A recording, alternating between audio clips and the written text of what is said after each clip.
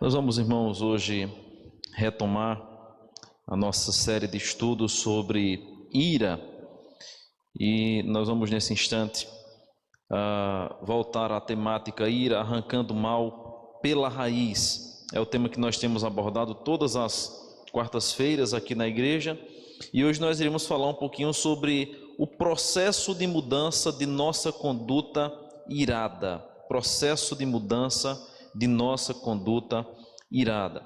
Nós vamos abrir inicialmente um texto lá no livro de Provérbios. Provérbios capítulo de número 14.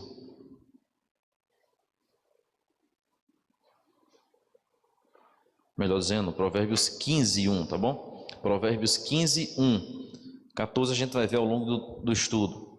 Provérbios 15:1. A título de introdução, a gente vai ver muitos textos hoje. Os irmãos mantenham a Bíblia aberta e preparem aí os dedos. Há muito texto para a gente conferir. Provérbios 15:1 diz assim: a resposta branda desvia o furor, mas a palavra dura suscita a ira. Amém. Em nossa série de estudos sobre a ira, arrancando o mal pela raiz, nós temos aqui visto, irmãos, algumas características de como que a nossa ira pode ser identificada, algumas características de como que a nossa ira ela é manifesta e como que nós devemos trabalhar e lidar com essa situação que nós enfrentamos do nosso coração em atitudes iradas. Então hoje a gente vai falar um pouquinho sobre esse processo de mudança de uma conduta, de nossa conduta irada. Como é que a gente deve então começar a trabalhar a respeito dessa temática, dessa mudança de uma prática irada em nossa vida. Eu vou dividir esse estudo em duas partes, é muito extenso esse capítulo, então eu quero dividir em duas partes para que a gente possa abordar um pouco mais detalhadamente esse aspecto do processo de mudança na conduta de nossa ira. Primeiro, vamos ver a manifestação pecaminosa da ira. A manifestação pecaminosa da ira. Nós vamos perceber, queridos irmãos, que a mudança piedosa duradoura não é só um aspecto de mudança de hoje eu não vou mirar, mas amanhã eu volto novamente à prática da ira. O que nós queremos falar aqui é de um processo, é de uma mudança piedosa e que vai ser duradouro, ou seja, algo que a gente vai trabalhar para que isso perdure por toda a vida. E isso deve começar essencialmente aonde vem a raiz da ira, que é o coração. Então, o principal ponto que a gente vai trabalhar com respeito à ira é o nosso coração. Por quê? Palavras e ações iradas surgem de crenças e motivações egoístas, surgem do nosso coração. E a gente tem visto aqui como que o maior problema que nós temos de lidar com o nosso pecado está exatamente em nosso coração. Então não tem como a gente aguardar ou trabalhar por uma mudança comportamental sem que antes a gente trabalhe diretamente o nosso coração. Alguém extravasou a sua ira de maneira agressiva, quebrou a mesa, bateu na porta, bateu na janela, bateu no armário, empurrou a porta com força, extravasou e explodiu. Mas por que isso? Qual o motivo? Qual é a origem de tudo isso? Então nós vamos lidar com o aspecto do coração como sendo a raiz, de fato, de toda ação pecaminosa. Normalmente nós observamos assim: os extravasadores explodem, os supressores acumulam. Os que extravasam estouram a tampa. Os que suprimem fervem silenciosamente por dentro sobre a superfície. São dois aspectos da ira. Todos dois pecam, é claro. Mas aqueles que ao irarem explodem, e a gente visivelmente vê a explosão de ira, e há aqueles que suprimem essa ira, esse ataque de ira. Então é como que uma panela que está fervendo tampada, mas a grande questão é que a ira está presente nos dois corações, nos dois comportamentos.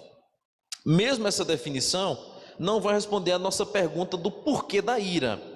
Porque quando a gente observa esse aspecto da ira à luz da Bíblia Sagrada, nós vamos diferenciar um pouquinho do aspecto psicológico apenas, que vai lidar com as emoções, que vai lidar com o efeito, com a causa, circunstância, efeito. E a gente vai observar mais o aspecto do pecado que há em nosso coração. Então, tanto revelar a ira quanto ocultar a ira ofende a Deus, sabota os relacionamentos e exigem passos bíblicos específicos para a correção e para a substituição. É aqui, irmãos, que eu quero chamar a sua atenção. Revelar a ira, ocultar a ira, é uma atitude de ofensa a Deus. Quando a gente lida com o aspecto do pecado, a gente deve lidar sempre com essa questão: eu estou ofendendo a Deus. Por que eu não devo praticar tais atos? Porque os outros vão descobrir, porque as pessoas vão ver. Não é só por isso. Não deve ser simplesmente o temor aos homens ou as consequências que virão a partir do nosso ato pecaminoso, mas sobretudo o que Deus pensa a respeito disso. Como Deus se sente quando eu peco, quando eu ajo assim. De que maneira Deus é glorificado ou desonrado? Quando a gente passa a lidar com o aspecto do pecado que ofende a Deus, a gente passa mais a se preocupar com a nossa atitude pecaminosa do que com a consequência disso. Então, por que eu não roubo? Não é porque as pessoas vão pegar, vão descobrir. É porque essa atitude ofende a Deus, ainda que ninguém veja. Por que eu não vou cobiçar a mulher? Ninguém está vendo. Pode ser às escondidas, ninguém vai saber que eu cobicei. A minha grande questão, quando eu lido com o pecado, não é sobre o que os outros vão ver, vão falar, mas é o que é que meu Deus sente, o que é que meu Deus acha quando eu ajo assim. Quando a gente passa a observar o aspecto do pecado para com Deus, não somente para com o que os outros vão achar, a gente vai lidar com o pecado de maneira mais séria e vai agir contra ele de maneira mais séria também, porque a gente vai deixar de preocupar somente com a reputação e vai passar a se preocupar com o caráter. Então, a pergunta para a gente iniciar é o que fazer? O que fazer diante dessa ação? Como controlamos e corrigimos expressões pecaminosas de ira e as substituímos por palavras e ações semelhantes às de Cristo? E aqui está o grande desafio: nós trocarmos ações pecaminosas de ira que brota do nosso coração e substituirmos por aquilo que Jesus faria. O tema daquele livro que virou um filme depois: Em Seus Passos, o que faria Jesus? Que diretrizes, irmãos, nos oferece a palavra de Deus para que a gente lide com o problema da ira? O que é que nós precisamos fazer? Vamos começar com 2 exemplos bíblicos de ira manifestada. O primeiro deles, lá em Gênesis 39, veja por favor esse texto. Gênesis 39, versículo 19 e 20. Gênesis 39, versículo 19 e 20.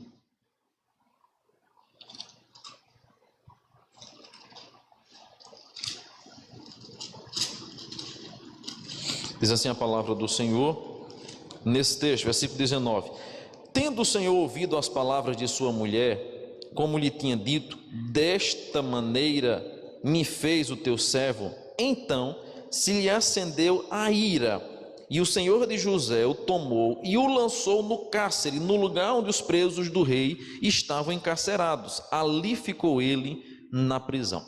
Primeiro exemplo bíblico de uma ira manifesta, já aí no início da Bíblia Sagrada, no livro de Gênesis, com o caso de José, especialmente no caso de Potifar, que prendeu a José por sua ira.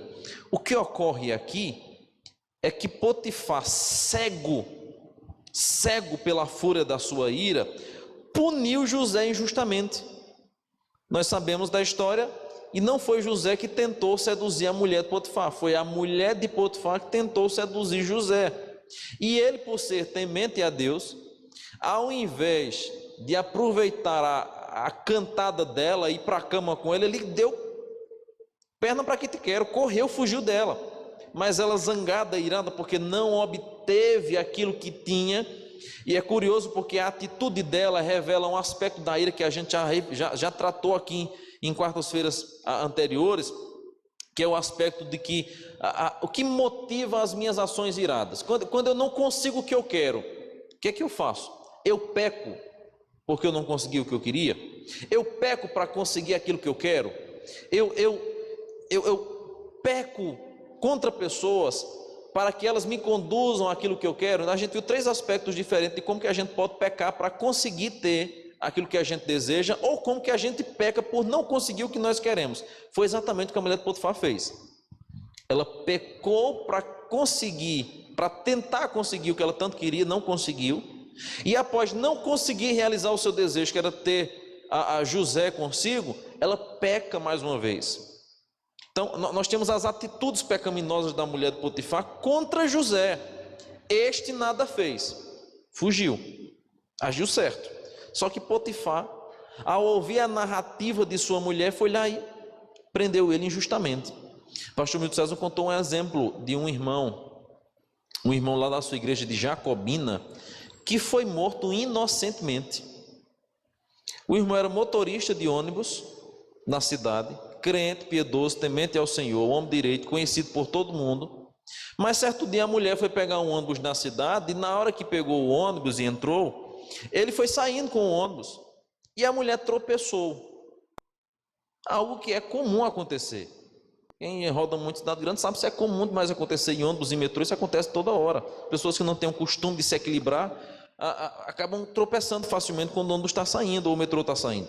E a mulher tropeçou, só que a mulher chegou em casa, foi dizer ao marido que o motorista não esperou ela se sentar, saiu, ela levou uma queda. O marido irou-se, foi lá e matou o motorista. O irmão da igreja, morreu de graça, coitado. A mulher, sabendo que o marido era estourado daquele jeito, foi levar uma situação dessa. Olha, perdeu a vida de graça, por assim dizer. Veja quanto que uma atitude irada e de fúria pode nos levar a tomarmos ou termos ações impensadas. Foi o caso de Potifar. Prendeu José injustamente, sem analisar os fatos, sem esfriar a cabeça. Então, aquele velho ditado que a gente costuma dizer, que o apressado come cru, né? Ou se queima. É exatamente o que acontece com a ira. Um outro exemplo que nós temos é de um personagem temente a Deus. Potifar não era temente a Deus. Ele temeu o Deus de José por conta daquilo que fez, no aspecto que ele respeitou, mas a gente não tem uma demonstração clara de que Potifar se converteu como Nabucodonosor se converteu mais tarde. A gente não tem essa demonstração. Só que agora nós temos um caso de um crente, Moisés. Vá lá para Números capítulo 20. Números capítulo 20, versículos 6 a 12. Números 20, versículos 6 a 12. Típico exemplo de quando Moisés fere a rocha. Diz assim a palavra do Senhor, do verso 6 em diante. Então Moisés e Arão foram de diante do povo para a porta da tenda da congregação e se lançaram sobre o rosto, e a glória do Senhor lhes apareceu. Disse o Senhor a Moisés: toma o bordão, ajunta o povo, tu e Arão, teu irmão, e diante dele falai a rocha, e dará a sua água. Assim lhe tirarás a água da rocha, e dareis beber a congregação e os seus animais. Então Moisés tomou o bordão de diante do Senhor, como lhe tinha ordenado. Moisés e Arão reuniram o povo diante da rocha, e Moisés lhe disse: ouvi agora, rebeldes, porventura faremos sair água desta rocha para vós outros? Moisés levantou a mão e feriu a rocha 2 vezes com o seu bordão, e saíram muitas águas, e bebeu a congregação e os seus animais. Mas o Senhor disse a Moisés e Arão: visto que não crestes em mim, para me santificardes diante dos filhos de Israel, por isso não fareis entrar este povo na terra que lhe hei de dar. Que lhe dei, melhor dizendo, na terra que lhe dei. Aqui nós temos um exemplo curioso e muito conhecido. Lá em Êxodo, capítulo 17, do verso 1 a 7, não precisa ler porque é o mesmo texto, tem apenas uma modificaçãozinha que é motivo da gente por vezes ficar assim, mastigando esse texto sem entender. Lá em Êxodo 17, nós encontramos a expressão toca na rocha, ou bate na rocha. Aqui em Números, a expressão é somente falar a rocha. E por isso, inclusive, que Deus pune Moisés, porque ele bateu na rocha por 2 vezes. Só que, antes de Moisés fazer o que Deus havia ordenado, nós encontramos um discurso de Moisés. E esse discurso de Moisés é um discurso exatamente irado, por conta da rebeldia do povo. Lá no versículo 6 de Êxodo 17 diz assim: eis que estarei ali diante de ti, sobre a rocha em Horebe, ferirás a rocha e dela sairá água e o povo beberá. A expressão correta é essa aqui, eu falei bater, mas na verdade é ferirás a rocha. E aí quando a gente chega em Números 17, em Números 20, nós temos falar a rocha. Vamos agora tirar a prova dos 9, como a gente costuma dizer, lá no Salmo 106. Eu falei isso aqui um domingo pela manhã, quando eu falei sobre interpretação bíblica. A gente interpreta textos difíceis da Bíblia à luz de textos mais fáceis, textos obscuros à luz de textos mais claros. É o exemplo desse texto aqui. Abra sua Bíblia, por favor. Salmo 106, verso 32 e 33, diz assim a palavra de Deus. Se quiser jogar na tela, Lucas, para quem está em casa, pode jogar, se der. Diz assim, Salmo 106, 32, 33. Depois o indagaram nas águas de Meribá, e por causa deles sucedeu mal Moisés, pois foram rebeldes ao Espírito de Deus, e Moisés falou irrefletidamente. Moisés falou irrefletidamente. Então, qual é o contexto aqui que a gente vai se agarrar? Números 20, onde Moisés bate na rocha 2 vezes e inclusive fala irrefletidamente esta rocha.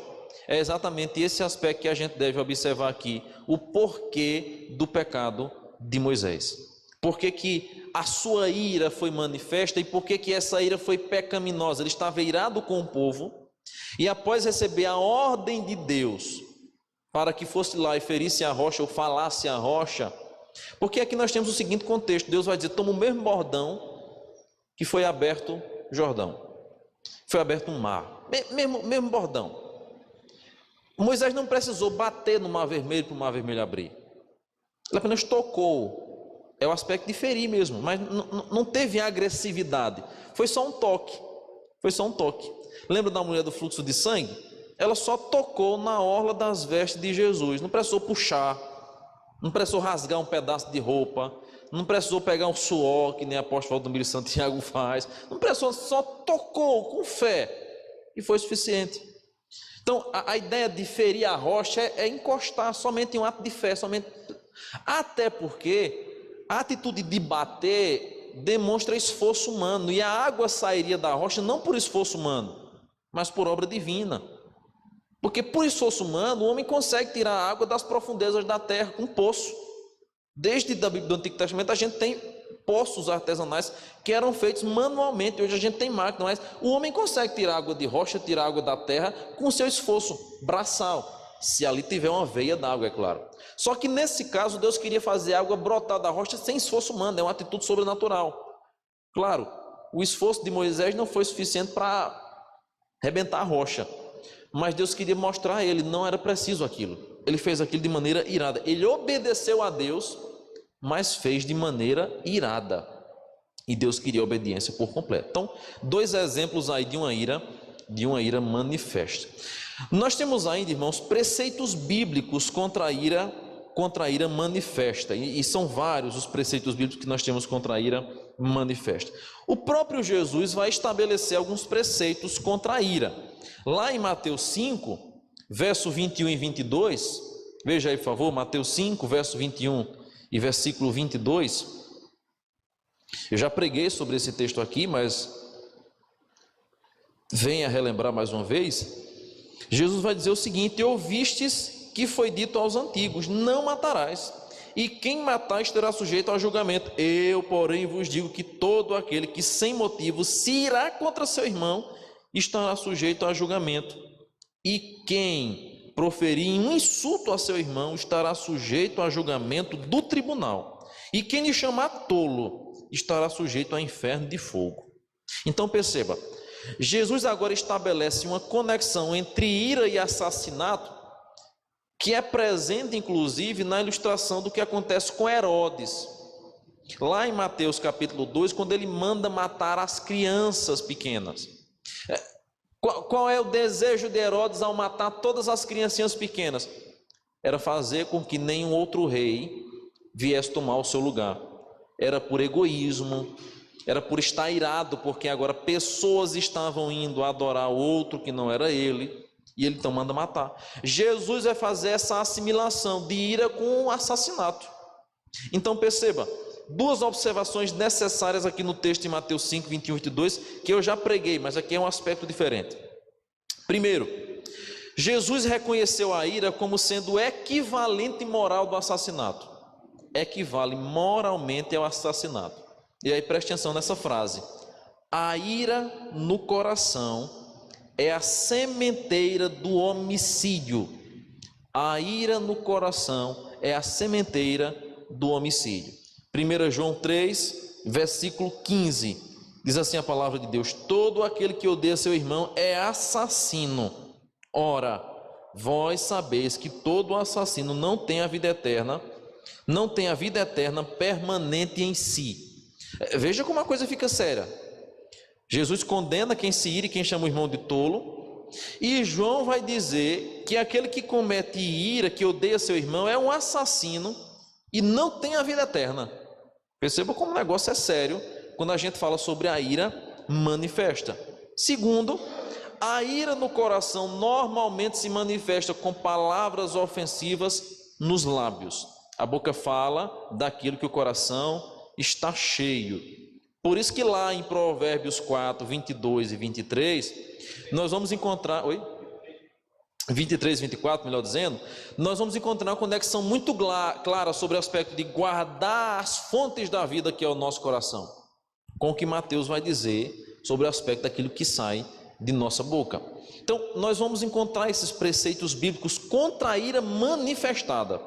Além disso, Efésios 4, do 17 ao 32, é um texto longo, e nós já lemos e observamos esse texto aqui em outra doutrina, mas Paulo vai fazer uma descrição desse texto, os irmãos que estão em casa e que quiserem notar para depois conferir direitinho, de como é a velha vida, ou de como era a nossa velha vida antes de conhecermos a Deus, e como ela é agora, depois de convertidos ao Senhor. Mas em resumo, o versículo 29 ao 32 desse texto vai resumir bem todo o conceito que Paulo vai abordar nesse capítulo. Diz assim, Efésios capítulo 4, verso 29 ao 32.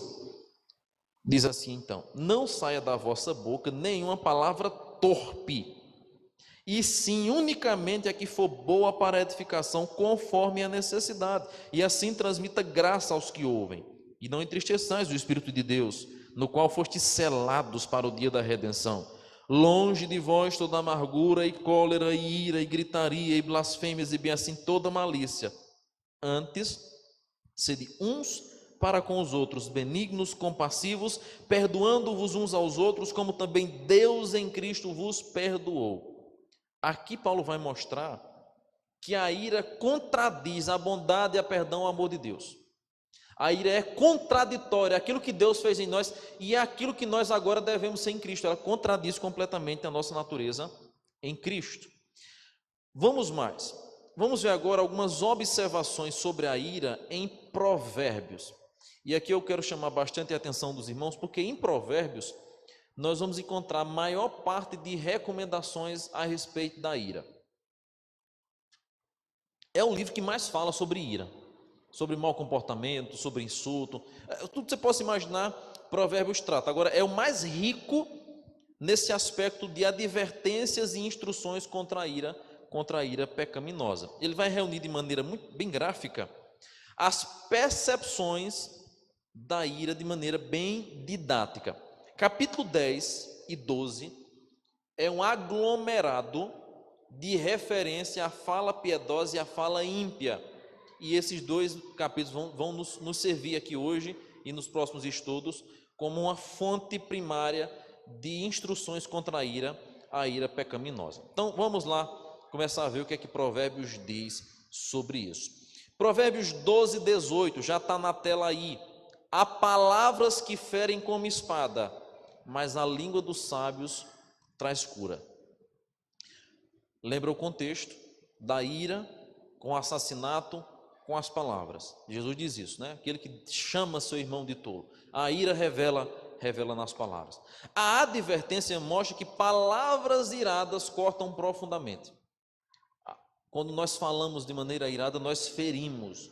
É como que uma espada, é o que o texto quer dizer. Há palavras que ferem como uma espada.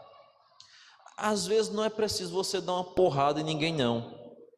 Basta você falar de maneira irada contra ela, acusá-la injustamente, desrespeitá-la ou algo desse tipo, que isso já vai ser suficiente para ferir. Na verdade, um soco pode doer muito menos que uma palavra irada contra alguém. Por isso que Jesus vai dizer, quando fala a respeito do assassinato, aquele que chama seu irmão de tolo. E eu preguei aqui sobre esse texto, expliquei, o chamar tolo é zombar, é chamar de idiota, é chamar de imprestável, é você de fato desclassificá-lo completamente, o considerando alguém que não vale nada, sendo que este alguém é feito à imagem e semelhança de Deus. Então estas palavras, o provérbio vai dizer, corta mais que uma espada. Por isso Jesus condena as palavras iracundas. E nós podemos, irmãos, ministrar a nossa família com a nossa fala, tanto para curar, como para ferir até matar e deformar completamente a nossa família. Então perceba como é precioso o uso da palavra ou das palavras em ações pecaminosas de ira. Nós precisamos estar atentos. Agora uma outra pergunta: como é que Deus vê uma pessoa manifestar a sua ira? A conjunção F ficou errada, tá bom? Como Deus vê uma pessoa que manifesta a sua ira? Primeiro, ela não é apenas uma pessoa violenta. Ficou violente aí. Foi de madrugada eu digitando, o som batendo e eu digitando, e eu troquei as palavras. Ela não é apenas uma pessoa violenta. Vamos lá para Provérbios 14. Agora sim, eu falei no início, né, que era 14. Provérbios 14, versos 16 e 17. Provérbios 14, 16 e 17, diz assim: o sábio é cauteloso e desvia-se do mal, mas o insensato encoleriza-se e dá-se por seguro. O que presto se ira faz loucuras, e o homem de maus desígnios é odiado. Pense num texto rico esse aqui. O sábio é cauteloso e desvia-se do mal. Ele calcula o pisar. É exatamente essa ideia. Outras passagens de Provérbios nos falam isso, né? Que o agir sem refletir de maneira precipitada é maléfico para a nossa vida. Aqui nós temos uma outra reverberação dessa verdade, quando diz que o sábio é aquele que é cauteloso, ele age com cautela, com cuidado, ele pensa antes de falar, ele analisa a situação, ele calcula os passos. Não é aspecto aqui de ser calculista frio para fazer uma atitude ruim, não, é aquele que calcula antes de falar alguma coisa para não ferir, para não machucar, para não trazer problemas, ele calcula. Já o insensato é aquele que encoleriza-se. A imagem é aquele que rapidamente se enche de raiva, e na sua raiva, diz o texto aí, ele dá-se por seguro. Todo iracundo é extremamente egoísta. O autor do livro que a gente está utilizando, ele vai mencionar esse aspecto. O livro básico que a gente tem usado aqui, Ira, Arrancando o Mal pela Raiz, ele vai sempre fazer essas afirmações, e eu já falei aqui em estudo anterior. Todo iracundo, ele carrega um egoísmo muito forte em si. E ele vai alertar a respeito disso, falando que a ira está ligada exatamente com o problema do pecado do nosso coração. Então ele vai lançando as bases para essa sua afirmação. É o que a gente vai encontrar agora aqui em Provérbios. O iracundo, aquele que encoleriza, se dá-se por seguro. Está errado, mas está se segurando para não dar o braço a torcer. Versículo 17. O que presto se ira, ou seja, aquele que rapidamente se ira, que rapidamente se acende em fogo, faz loucuras. E o homem de maus desígnios é odiado. Gente, Não precisa falar muito sobre isso para a gente perceber o quanto que pessoas iracundas que se explodem em ira fazem besteira rapidamente. Fazem besteira rapidamente. Dia a dia a gente tem visto aí matérias desse tipo. Recentemente repercutiu aí, mulher brigou com o marido e cortou a genitália do marido. Olha que loucura. E agora voltaram. Vê que situação um negócio desse. Irada. Foi lá, foi presa. Bem, agora voltaram novamente o relacionamento. Na loucura, na ânsia da raiva. Mesma coisa, relatos de homens que bateram, que agrediram mulheres, na ânsia, no momento de raiva. Se encolerizaram e foram lá, bateram na mulher, acabaram de desgraçar a sua vida. E assim vice-versa. Quantas pessoas fazem isso no trânsito, diariamente no trânsito, com os filhos, na escola, seja lá como for, a gente percebe isso. E Provérbio vem então dizer a gente que o que presta se ira faz loucuras, é louco. Como é que Deus vê uma pessoa irada? Ela não é apenas uma pessoa violenta. Provérbio vai nos mostrar que ela é uma pessoa impetuosa e uma pessoa irresponsável. Então aquele que se ira com facilidade é impetuoso e irresponsável, porque vai fazer loucuras, Além disso, nós temos o tolo, né? O primeiro aspecto aí é que ele não é apenas uma pessoa violenta, mas que também é uma pessoa tola. E o tolo no livro de Provérbios não é um palhaço jovial. Quando o Provérbios fala sobre o tolo, não está falando sobre aquele que gosta de fazer animações, que faz besteiras, no aspecto do palhaço jovial, mas um homem ímpio. O tolo é retratado como um homem ímpio. A sua conduta não provoca riso, mas punição. É alguém que de fato estraga a vida sua e também a vida dos outros. Vamos mais. Provérbios ainda vai nos dar algumas descrições de ira. E a gente agora vai ver um outro texto, uma outra descrição daqueles que manifestam a sua ira pecaminosa com a sua impaciência.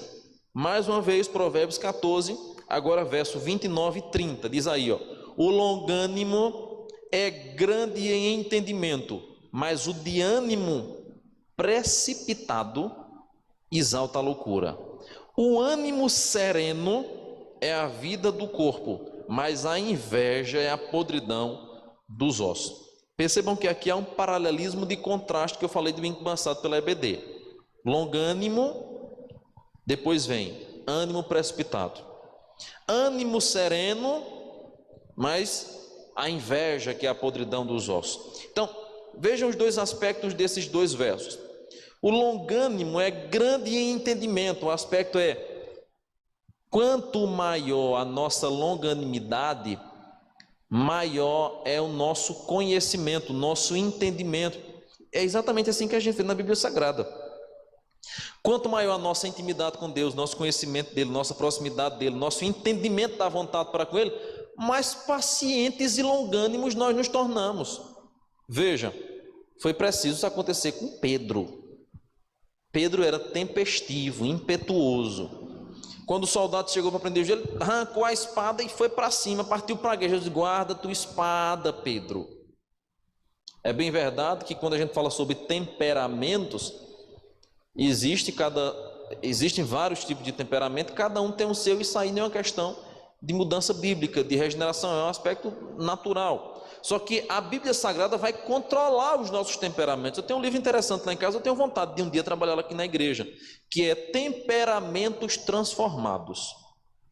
Eu acho que vocês já ouviram falar sobre temperamentos, né? Eu não lembro agora de qual direitinho, mas é fleumático, colérico, tem mais outros dois que eu esqueci agora. Fugiamento. Eu lembro do fleumático, do colérico, do sanguíneo, e tem outro que eu esqueci agora. Fugiamento. Acho que para mim é quatro tipos de temperamento que nós temos. E aí esse livro trata sobre temperamentos transformados. Como que Deus pegou homens que tinham temperamentos assim e transformou. Aí tem o caso de Moisés, tem o caso de Pedro, tem o caso de Paulo e outros mais que servem para nós como ilustração de pessoas que eram de fato assim impetuosas. Temperamento forte, como a gente costuma dizer, Jesus vai lá e quebranta e acalma, bota as coisas no lugar. É o que acontece. O longânimo é grande em entendimento, mas o de ânimo precipitado exalta a loucura. Então, Provérbios joga para nós de maneira suave e proverbial aquilo que eu gosto, que a gente fala no português bem nordestino da gente. Pessoas iracundas são doidas. Ele traz de maneira poética. O longânimo é grande entendimento, mas o de ano precipitado exalta a loucura. Para a gente entender no português bem nordestino, você que se ira com facilidade, você é um doido, doido, doido. É o que ele quer dizer aqui, quando ele fala sobre o que exalta a loucura. É mais do que louco. É alguém que, além de ser louco, fica exaltando a sua loucura. É sério o negócio. Veja como o provérbio trata a loucura. Aí vem o verso 30. O ânimo sereno é a vida do corpo. É a vida do corpo. Esse aspecto sereno, ele é muito curioso, porque a gente sempre atrela o sereno a dois aspectos: a calmaria, mas a chuva de sereno, que a gente costuma dizer. Uma chuva leve, mas que dura um dia inteiro, molha muito mais a terra do que uma tempestade que passa. Quem é agricultor sabe disso. Às vezes uma chuva de um dia inteiro molha mais a terra do que 100 milímetros de chuva que caiu em 10 minutos. Porque o que vai acontecer é o efeito tempestade mesmo, de riacho mesmo. A água vai bater e vai sair derrubando e levando tudo, mas não vai descer às profundezas da terra. A menção aqui é o ânimo sereno, é a vida do corpo. Perceba esse aspecto de como que há vida no corpo com a serenidade. Mas a inveja é a podridão dos ossos. Ele agora já vai passar para um outro aspecto da ira. E como que a ira é manifesta? Também pela inveja. A gente já viu aqui em outro estudo. Como que a inveja é uma manifestação da ira. Eu não tenho aquilo que o outro tem, eu invejo. Então é esse aspecto que Provérbios vai descrever agora para nós em seu livro. Salomão vai escrever para nós em seu livro de Provérbios. Vamos mais. Outras descrições da ira em Provérbios. Agora no capítulo 15. Eu falei capítulo 10 e 12, mas todo o livro de Provérbios fala sobre isso. 10 e 12 são os que mais falam, mas a gente vai ver vários capítulos de Provérbios. Capítulo 15 de Provérbios nos dá um par de versículos essenciais para um controle sábio da ira. Provérbios 15, 1, foi o que a gente leu no início. A resposta branda desvia o furor, mas a palavra dura suscita a ira. Veja, a palavra branda, mais uma vez um aspecto da serenidade, desvia a tempestade. Agora, a palavra dura suscita a ira. Provérbios 15, 18. O homem iracundo suscita contendas, mas o longânimo apazigua a luta. E aqui é curioso isso, sabe por quê? Dois aspectos que a gente precisa lembrar aqui com respeito à ira. Porque às vezes a gente gosta muito de justificar o nosso coração pecaminoso com aquilo que o outro fez. E a gente já viu em estudos anteriores, quem não assistiu vai lá e assiste, como que a nossa ira não é justificada a partir do que o outro faz. Não é. Como é que você argumente, mas não é. Nós podemos suscitar a ira? Podemos. A Bíblia diz aqui em Provérbios 15, e vai dizer lá no Novo Testamento que os pais não provoqueis os vossos filhos a ira. A gente pode provocar a ira, isso é um fato. Agora, claro que a reação da pessoa de maneira irada, isso aí já é culpa dela mesmo, porque, por exemplo, o próprio Cristo, na cruz do Calvário, foi suscitado a ira, ou foi zombado, ele foi atiçado. Se tem uma pessoa que foi extremamente suscitado a ira, esse alguém foi Jesus na cruz do Calvário. E qual foi a reação dele na cruz do Calvário? Pai, perdoa, porque não sabem o que fazem. E a gente tem abordado exatamente esse aspecto aqui em nossos estudos. Como agora nós vamos transformar a ira pecaminosa à semelhança de Cristo Jesus? Ora, veja que Cristo teve uma reação totalmente diferente à zombaria e à provocação dos outros. Nós muitas vezes não temos essa atitude de Cristo. Respondemos de igual ou de maior altura a provocação e ainda jogamos a culpa no outro. A Bíblia vai nos mostrar que não deve ser assim. Segundo aspecto, Provérbios 15:18, que o homem iracundo suscita contendas. Então, o iracundo é aquele que gosta de fazer contenda. Contende mesmo. Busca motivo para brigar. Busca motivo para contender. Só que o longânimo, mais uma vez a menção do longânimo, apazigua a luta. Então, a gente precisa aprender aqui em Provérbios que tanto a gentileza quanto a paciência são frutos do Espírito relatados lá em Gálatas 5, versículo 22 e 23. E quando a gente faz isso, a gente pratica a paz. Quando o Espírito Santo preenche a nossa mente, nosso coração, nós respondemos com sabedoria. E a calmaria, mais uma vez vem a surgir. Vamos mais. Vamos falar agora sobre o extravasar da ira. O extravasar da ira. Pessoas que extravasam a ira geram pessoas que extravasam a ira. Assim como Provérbios 12 e Provérbios 15:1, que nós já vimos, descreve aí para nós, de maneira muito vital, né, o que a gente deve constantemente lembrar a respeito de como nós devemos cuidar dessa nossa ira.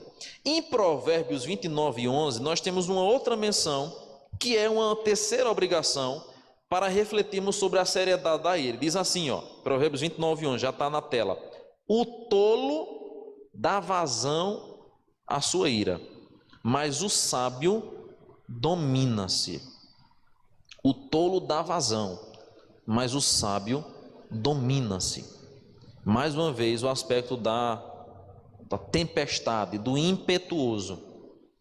O dar vazão é deixar que o sangue suba até a ponta dos cabelos. Deixar se levar, se entregar à briga, se entregar a discussões, é ir até o último limite, se possível, dar vazão. A Bíblia vai dizer em Efésios 5 o contrário: enchei-vos do Espírito. Não vos embriagueis com o vinho, no qual há dissolução, mas enchei-vos do Espírito. Quando Paulo fala sobre o vinho, ele fala sobre um dos meios que nós podemos perder o controle de nossa mente e sermos controlados por outras coisas. Mas o grande problema nosso não é só com bebida, não, irmãos. Vamos parar de moralismo. A gente cresceu numa geração de crentes moralistas, aonde olha para a bebida como sendo o maior pecado que alguém pode cometer. Mas às vezes é iracundo, paciente, tem boca suja, tem coração rancoroso, odeia o seu próximo, e isso é muito pior. É exatamente o que Paulo quer nos ensinar sobre o aspecto de encher-nos com o Espírito. Nada vai nos dominar senão o Espírito Santo. Nós somos dominados por Ele. E agora, o tolo é aquele que dá vazão à ira. Não, ao invés de ser cheio do Espírito, ele dá vazão à sua carnalidade, ele dá vazão ao coração enganoso. Mas o sábio domina-se. Então, o extravasar a ira é uma questão moral. E por causa disso, nós temos agora um grande problema. Preste atenção nessa frase de baixo aí. Extravasar a ira significa, sabe o quê?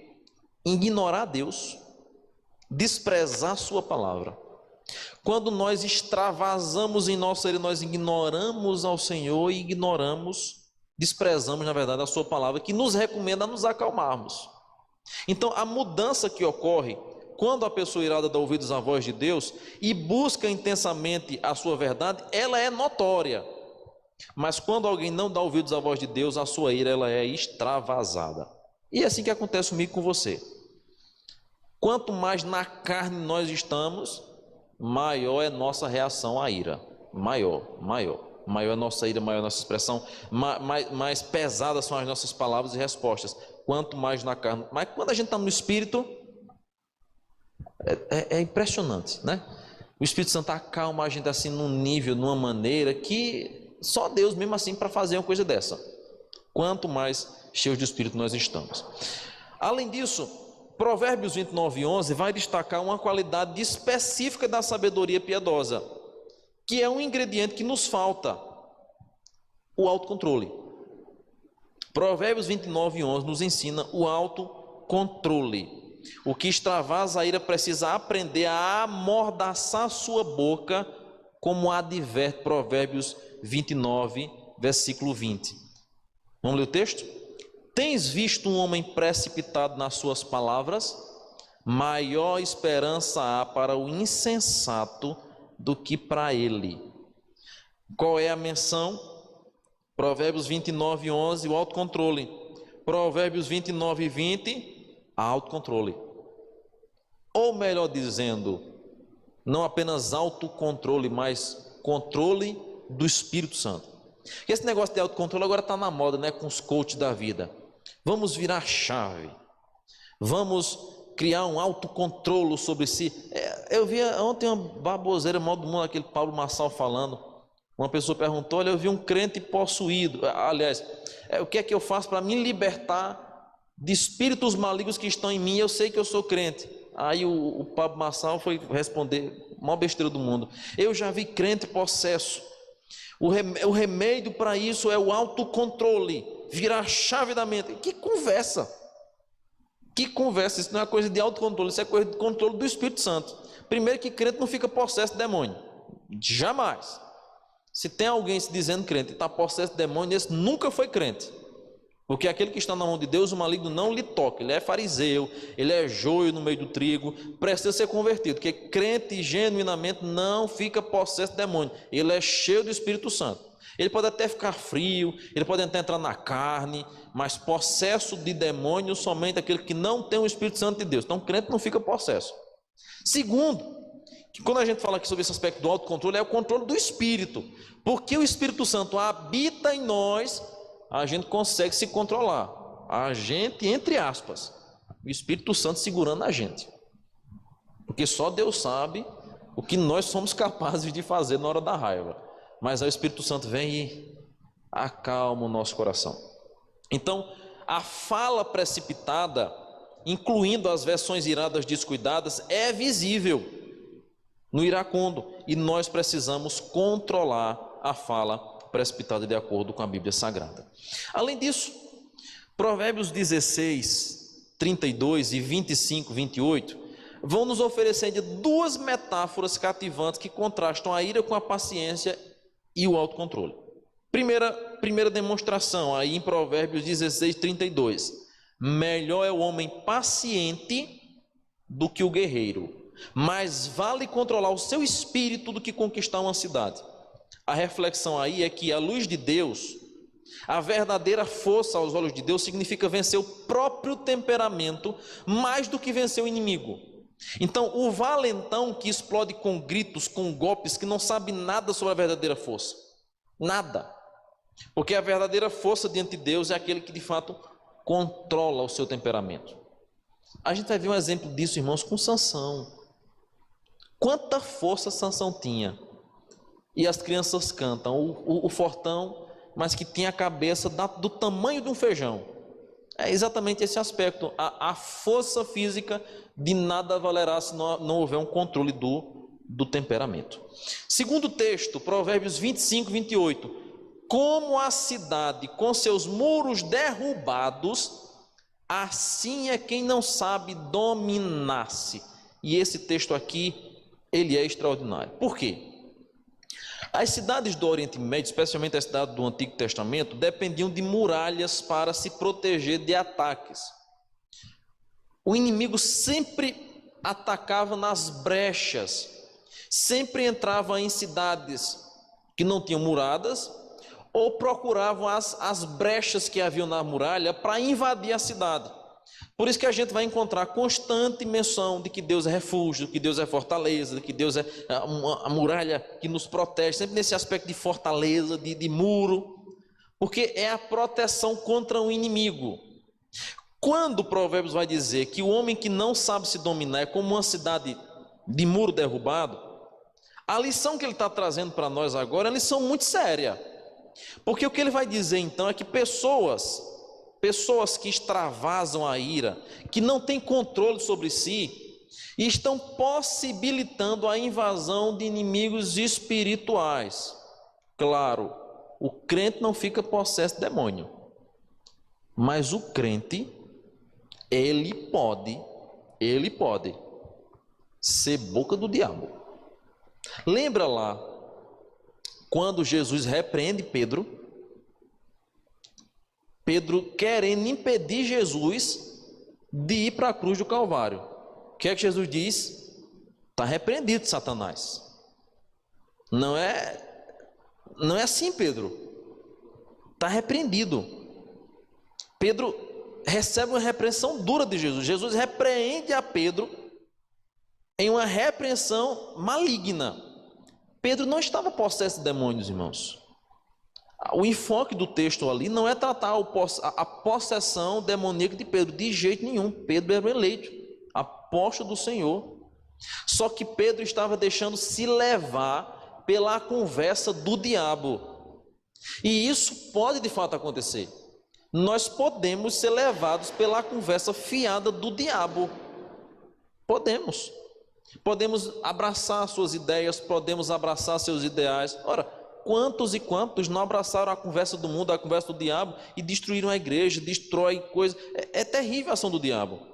Embora ele não possa nos possuir, se nós de fato somos crentes, eleitos, salvos em Cristo Jesus, mas ele pode nos seduzir e nós podemos inadvertidamente falarmos bobagens.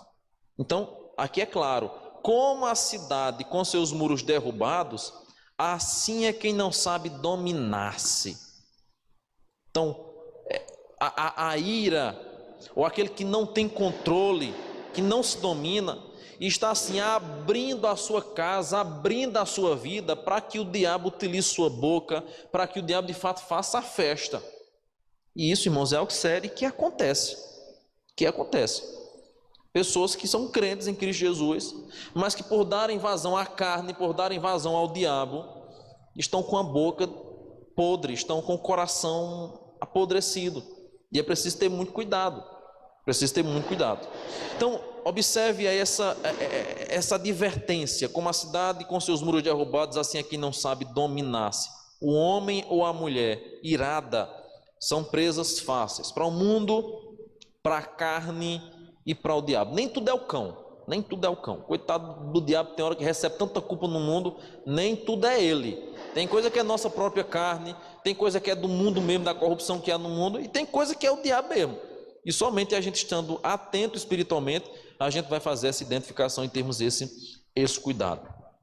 Além disso, nós temos o aspecto do extravasar a ira, para a gente caminhar para o fim. Provérbios 29, mais uma vez, agora versículo 22. O homem irado provoca brigas, e o de gênio violento comete muitos pecados. Veja só, nós vimos em texto anterior que o homem iracundo suscita contendas. Provérbios 15, versículo 18. O homem iracundo suscita contendas. Quando a gente chegar agora aqui em Provérbios 29, 22, a gente tem mais uma vez a menção. O homem irado provoca brigas.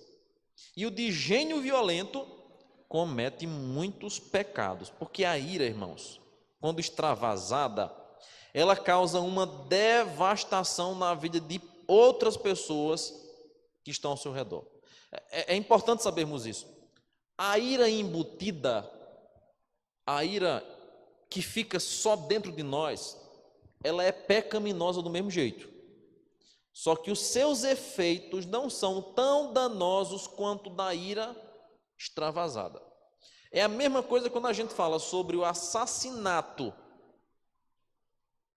Uma armada matou alguém, e alguém que pensou mal, desejou, intencionou mal contra o próximo.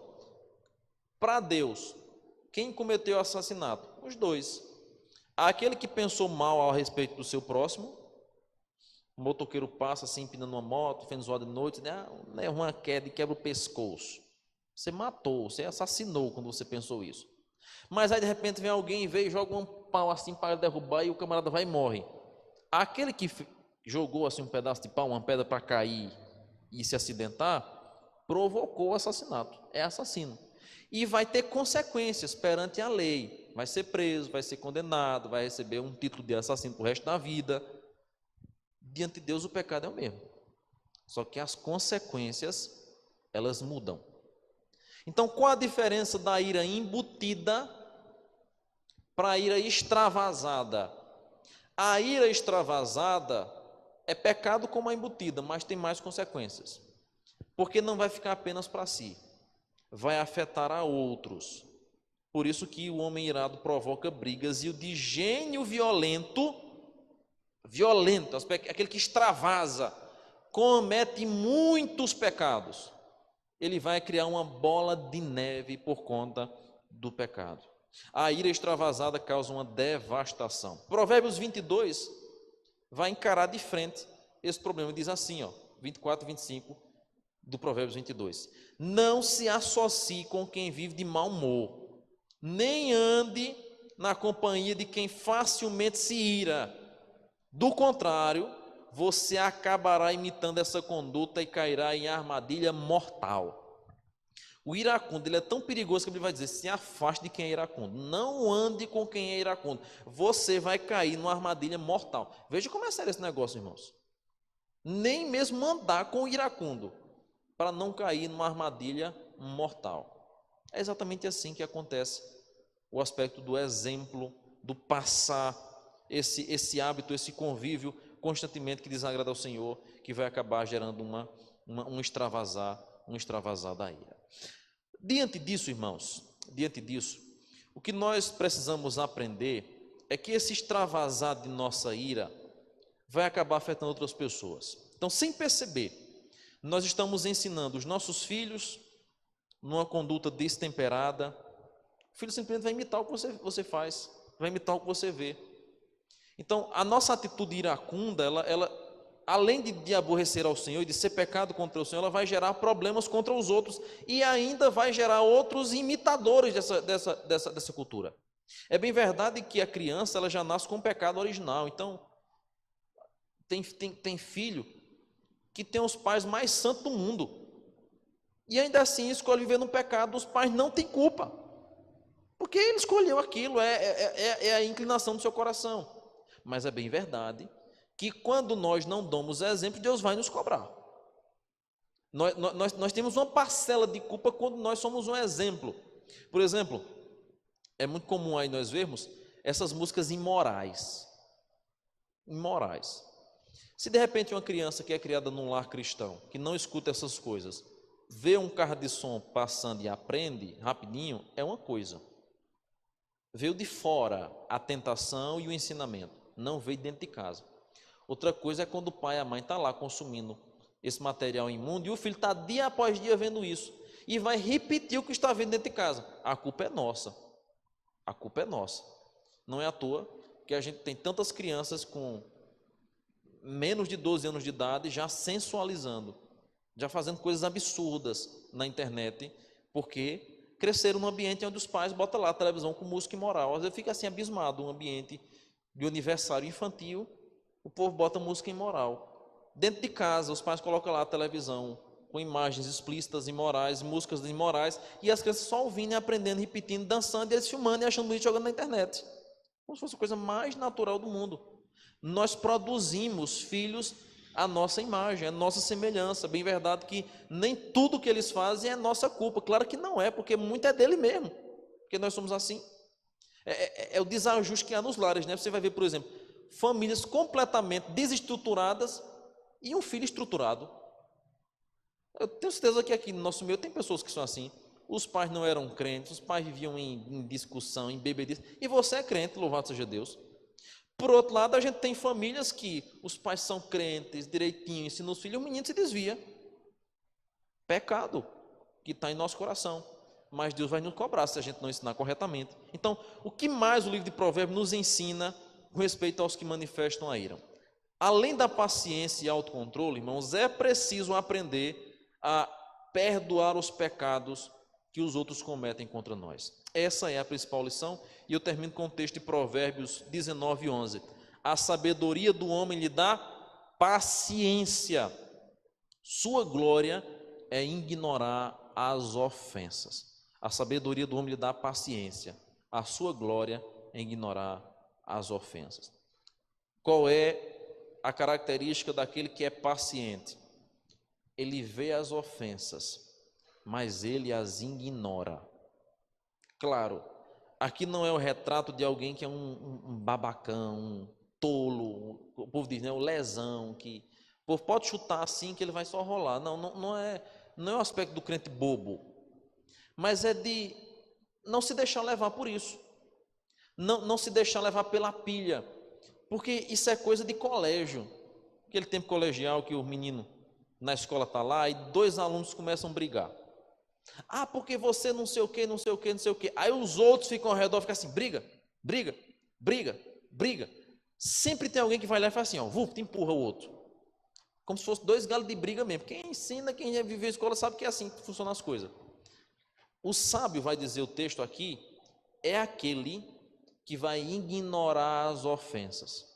Ele pode até ser considerado como bobo, mas ele é o mais sábio, o mais prudente, o mais valente que tem, porque ele consegue controlar-se, ou, conforme nós bem já dissemos, ser controlado pelo Espírito Santo. Então, paciência é o que nós precisamos.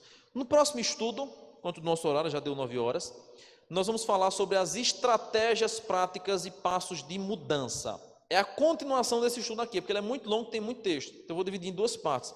Semana que vem a gente vai falar sobre as estratégias práticas e passos de mudança. Aliás, semana que vem não, em junho, que eu vou explicar o porquê não será semana que vem. Vamos orar? Ficar em pé, encerrar esse momento de hoje. Pedir a Deus que nos ajude diante disso, para que nesse processo de mudança de nossa conduta irada, nós possamos exercer paciência e sermos controlados e cheios pelo Espírito Santo de Deus. Pai amado, muito obrigado pela Tua palavra, que nos exorta, que nos ensina, que nos repreende, que nos conduz no caminho que o Senhor de fato deseja que nós venhamos a trilhar. Perdoa, Senhor, as muitas vezes que nós Te desagradamos, as muitas vezes que nós aborrecemos, ó Deus, a Tua lei e desonramos o Teu nome com atitudes iradas.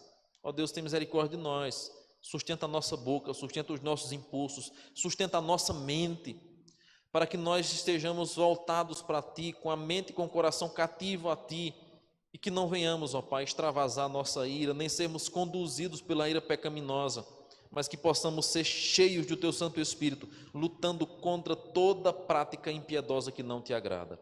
Nós oramos assim, Senhor, e pedimos em nome de Jesus, nos ajuda, Pai. Nós precisamos do Teu auxílio para controlarmos o velho homem que ainda habita em nós.